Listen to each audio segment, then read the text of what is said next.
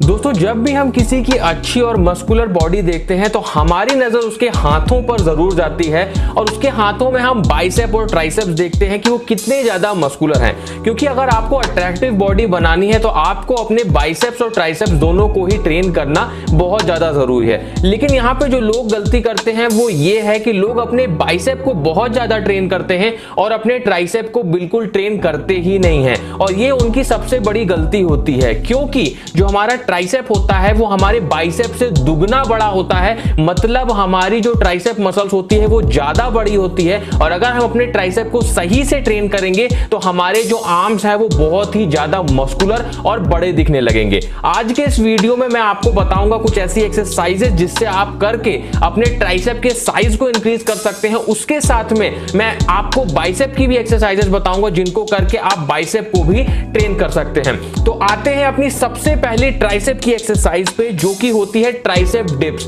अब देखिए इस एक्सरसाइज को मैंने इसलिए इंक्लूड किया है क्योंकि इस एक्सरसाइज के लिए आपको किसी भी इक्विपमेंट की जरूरत नहीं है। आप इस एक्सरसाइज को कर सकते हैं, डिप्स लगा सकते हैं। कुछ इस तरीके से एक्सरसाइज को परफॉर्म किया जाता है। ये एक्सरसाइज आपके ट्राइसेप को काफी तेजी से ट्रेन करती है।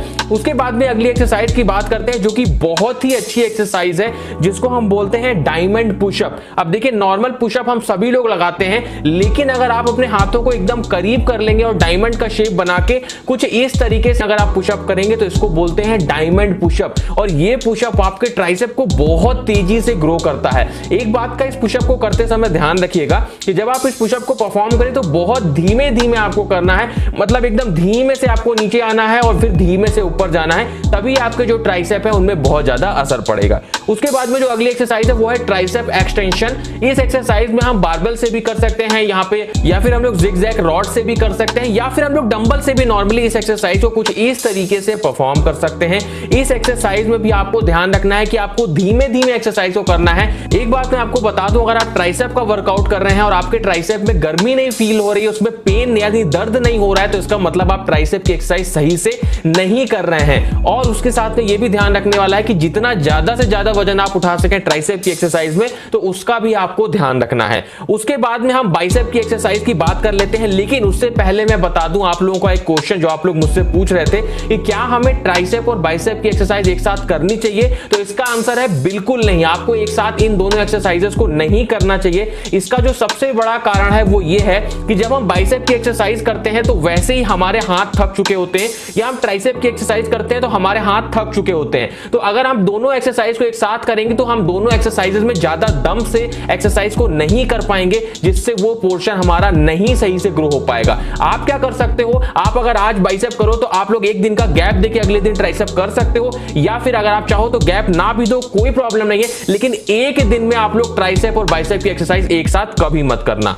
अभी हम लोग आ जाते हैं बाइसेप की कुछ इंपॉर्टेंट एक्सरसाइज पे, जिसमें सबसे पहली एक्सरसाइज है जो कि है बाइसेप कर्ल्स। देखिए बाइसेप कर्ल्स हम लोग कुछ इस तरीके से परफॉर्म करते हैं। इसमें अगर आप लोग चाहो तो डंबल का भी यूज कर सकते हो, या फिर बारबेल का भी इस्तेमाल करके आप लोग बाइसेप कर्ल कुछ इस तरीके से परफॉर्म कर सकते हो। उसके बाद में अगली एक्सरसाइज की बात करते हैं जो कि है हैमर कर्ल। अब देखिए एक बात मैं आपको बता दूं, अगर आप चाहते हो कि आपके जो बाइसेप है वो सामने से और साइड से दोनों तरफ से ज्यादा चौड़े लगे, तो इसके लिए आप हैमर कर्ल जरूर करिएगा। इस एक्सरसाइज को हम कुछ इस तरीके से परफॉर्म करते हैं। हैमर कर्ल की एक बात बहुत अच्छी है कि आपके जो ये बाइसेप है ये सामने से भी काफी चौड़े बना देता है।